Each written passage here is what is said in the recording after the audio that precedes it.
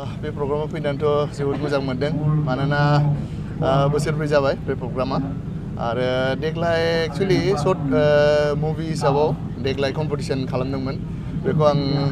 खुब मोजां मोनदों मानोना बेबादि एबार फार्स्ट टाइम खालामदों मानोना बेबादि कम्पिटिशन जायोबा होमबा टेलेन्ट डाइरेक्शन होनाय बा अनेक जोंनि रोंगौथि गोनां अनेक टेलेन्ट जोंना लाइमोनफोर दं बेयाव स्कप मोनगोन आरो आं खोनानायाव फार्स्ट प्राइजआ 50,000 नङा थ' खुब मोजां मोनदों आं बेखौ खोनानानै नोंथांनि आंनाथ' लास्ट सिजौ मुभिखौथ' मिथिबायनो ओमफ्राय लास्ट टाइम आं सायख'नायबो मुभि खालामदोंमोन आरो आंना 23आव मस्ट प्रबेबलि अलरेडि शुटिंआ जाखांबायमोन संग्राम होननाय बे जाहैबाय जोंनि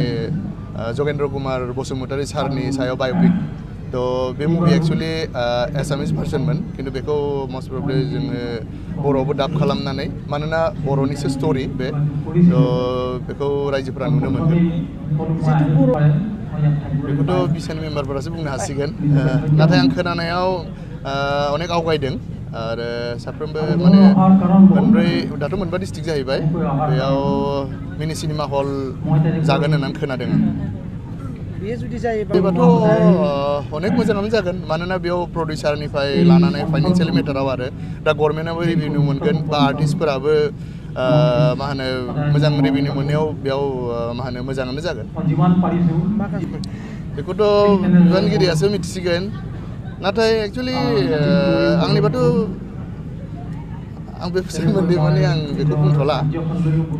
थेवबो चान्स होनांगौ आंनिबा जिहेतु गोरोन्थिया जाखायोनो